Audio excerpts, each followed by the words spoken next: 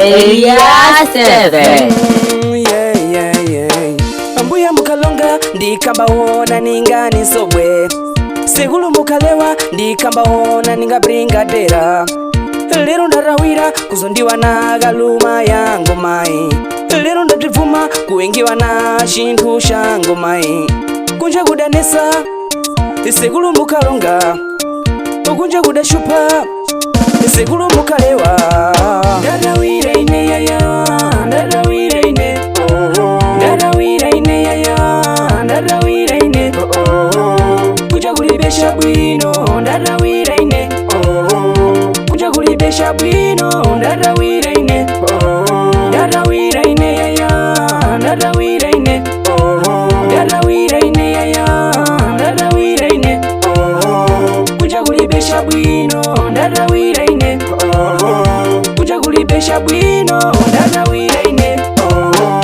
Munu kumutandiza ambalonga umbanyangala, benu umugulire niba ambakulonga mtadunga dagula impala. Muntu wakucha mukija lero na mwana shi wakubala, mzima kuikija mankhwala, wakuipa mai wadatala.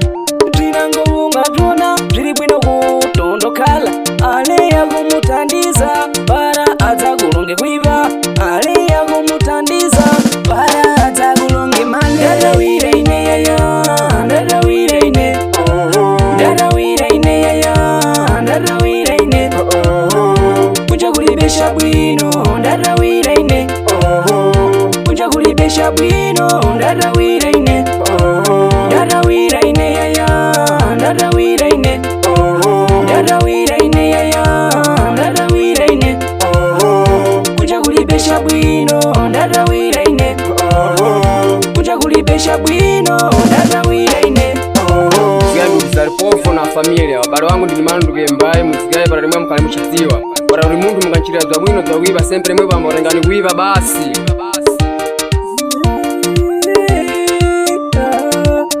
Ndalira yo ni maine ndalira yo ni maine nimbarenda rimbo kushira tabwino kulibina ngomungandirende, nimbarenda rimbo kushira tabwino kulibina ngomungandirende. Mashini baona kwaiwa imai Yo putu abula Faite Antoninho Mwana Markinze Eu dance kilo Nino zugulu shaye wa boto, Munza yenga na kudziwa Kotanuari na isido Twins mission for life. Panela pequena faz comida boa, nigga. JR producer. A qualidade faz a diferença. Tambirani mwenye Kiruanga, família Markinze.